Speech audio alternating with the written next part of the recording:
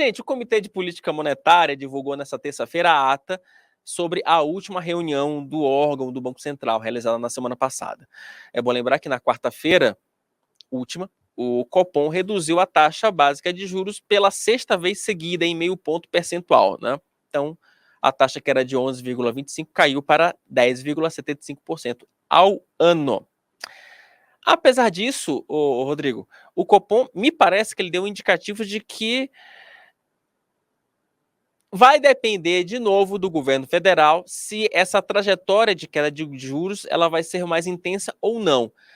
Eu não sei, eu dei uma lida na ata, em alguns trechos, Rodrigo, e me pareceu que o seguinte, né? Parece que, olha, a decisão foi unânime, só que, olha, gente, me pareceu que existiam ali alguns recados para o governo federal, principalmente para a Haddad. Olha, faz a sua parte aí que eu faço a minha parte aqui.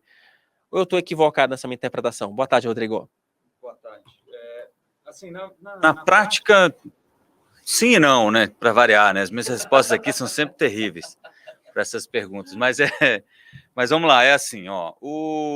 Tem uma menção ali ao fiscal, que era um receio que o pessoal tinha, que o Banco Central ia apontar o fiscal como um problema. Não foi exatamente isso.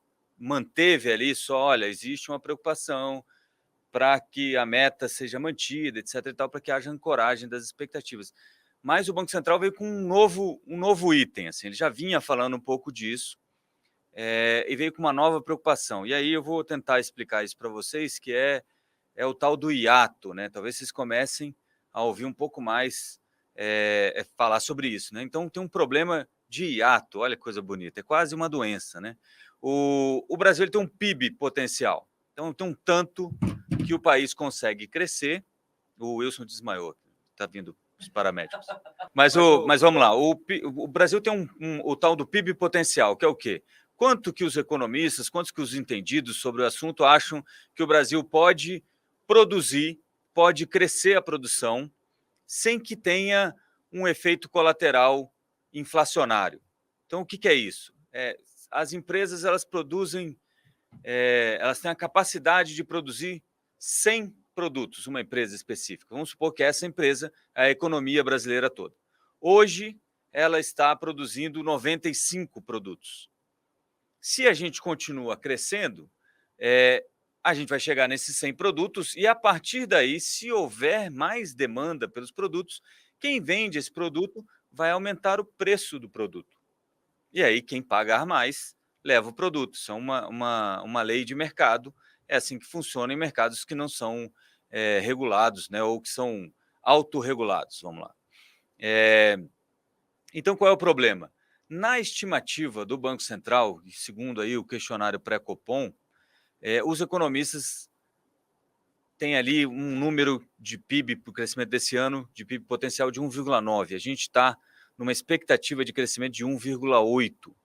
E o Banco Central começou a ficar preocupado com isso, porque se a gente continuar crescendo o PIB sem conseguir aumentar a capacidade produtiva, isto é, aumentar a produção potencial, a gente pode ter esse efeito colateral que seria a inflação. O hiato, quando o Banco Central fala do hiato, ele está falando dessa diferença entre o PIB potencial e o PIB que a gente já está produzindo, ou o PIB esperado, né? Como esse hiato tem se fechado, a gente tem mais riscos para a inflação. Ah, mas de onde sai essa expectativa do PIB potencial? Pois bem, isso é meio subjetivo, tem um monte de conta, etc. e tal, mas é um número que não é exato. Portanto, pode ser que não tenha esse resultado, né? Você chegar nesse possível ou provável PIB potencial. Então, o que o Banco Central está dizendo é o seguinte: olha, a gente precisa de mais investimento para a capacidade econômica brasileira melhorar, para a gente ganhar produtividade. Caso contrário, o Banco Central vê muita incerteza nos próximos meses, dado o que a gente está vendo na atividade econômica e o que a gente está vendo, o que a gente tem que lidar como política monetária para controlar a inflação. Então, basicamente, o recado aqui, em poucas palavras, é: estamos preocupados porque a gente não tem mais tanta visibilidade sobre quais serão as reações da economia no futuro.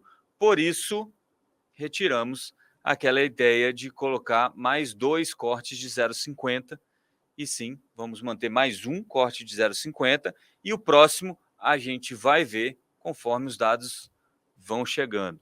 Então, basicamente, é até um pouco alinhado com o que o governo tem defendido, que é o aumento do investimento. O que o presidente, às vezes,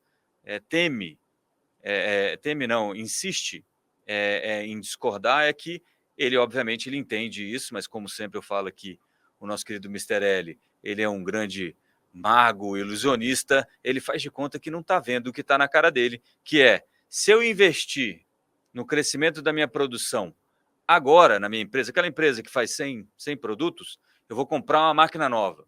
Muito bem, de onde vem essa máquina? Ah, vem do meu vizinho, vem da cidade vizinha, vem de outro continente, por exemplo, a China. Demora para essa máquina chegar para aumentar a produção. E quando ela chegar, eu tenho que treinar novos empregados, etc. E tal. Então, o investimento que eu faço hoje não dá frutos hoje, né? Como o Lula falou outro dia, é a tal da jabuticaba. Você planta e vai colher em outro momento. Então, não tem para o Banco Central, enquanto houver essa pressão sobre o PIB potencial, há mais riscos se você sair baixando juros de uma forma pouco cautelosa, que é a palavra que o Banco Central gosta de falar. Além disso, o Banco Central também colocou um outro problema na conta, que seria a pressão salarial, principalmente aí no setor de serviços. Ele já tinha falado disso na ata passada e falou de novo, olha, como está tendo uma demanda muito forte por empregados, os salários têm ganhado reajustes reais, isso tem pressionado um pouco também a inflação, porque demanda mais dinheiro e o Banco Central não acredita que esses ganhos de salário sejam ganhos em função de produtividade, e sim porque há esse probleminha aí do hiato que está comprimido. Pouquíssimas palavras para a gente tentar resumir isso, não ficar um negócio, um livro, uma enciclopédia. A ideia é, Banco Central acha que a partir de agora, a partir de maio, depois do próximo corte de 0,50, que vai levar a Selic de 10,75, que é onde ela está hoje ao ano, para 10,25, os próximos cortes vão ter que ser vistos a cada momento e provavelmente, ou possivelmente, né, melhor do que provavelmente, possivelmente sejam reduzidos em magnitude. Então, em vez de você cortar 50 numa, você corta 25 numa e 25 na outra. Mas isso, segundo o Banco Central, esse cenário todo ainda não alterou a taxa terminal, que é qual vai ser os juros quando o Banco Central finalmente parar de cortar os juros. O que aconteceu? No mercado, o mercado respondeu com um pouco mais de juros futuros, continuou ali marcando o juro final, o juro terminal a 9,75. Lá no Boletim Focus, que saiu hoje, também continua a Selic a 9% no fim do ano. Vocês veem que até todo mundo que está olhando para isso todo dia ainda não tem uma visão muito clara sobre onde vai parar a Selic. Enquanto isso, a gente vai ter uns juros que incomoda aí o presidente da República, ou ele gosta de dizer que incomoda, porque terceiriza a culpa pelos problemas econômicos brasileiros.